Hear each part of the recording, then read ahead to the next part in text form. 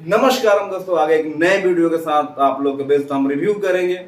खेसारी लाल यादव का बहुत दिनों के बाद आदि शक्ति फिल्म से एक गाना आया है, जिस गाने का टाइटल है पाव भर के सैया। यस गाइस, अभी तेंगे तंगे का कर समाप्त नहीं हुआ था, तब तक खेसारी लाल यादव ने एक गाना लेके आ गए जिस गाने का टाइटल है पाव भर के सैया। और इस गाने को चलाने के लिए इन्हें सोशल मीडिया एक इन्फ्लुएंसर है यूपी का, बहुत ही जबरदस्त, शायद मोहम्मद उल्लाह कुछ करके नाम है, एकदम लकड़ी की तरह है, पतले, और बहुत ही जबरदस्त इस गाने में उन्होंने काम करा है।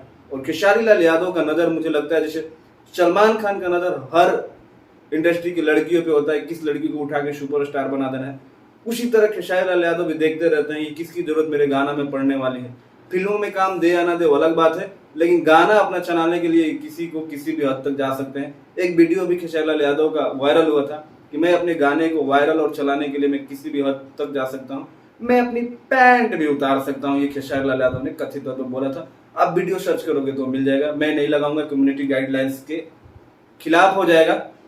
बाकी का इस गाने को लिखा है विकास भारती ने और म्यूजिक है श्याम सुंदर का। बहुत ही बेहतरीन गाना है पाव भर के सैया।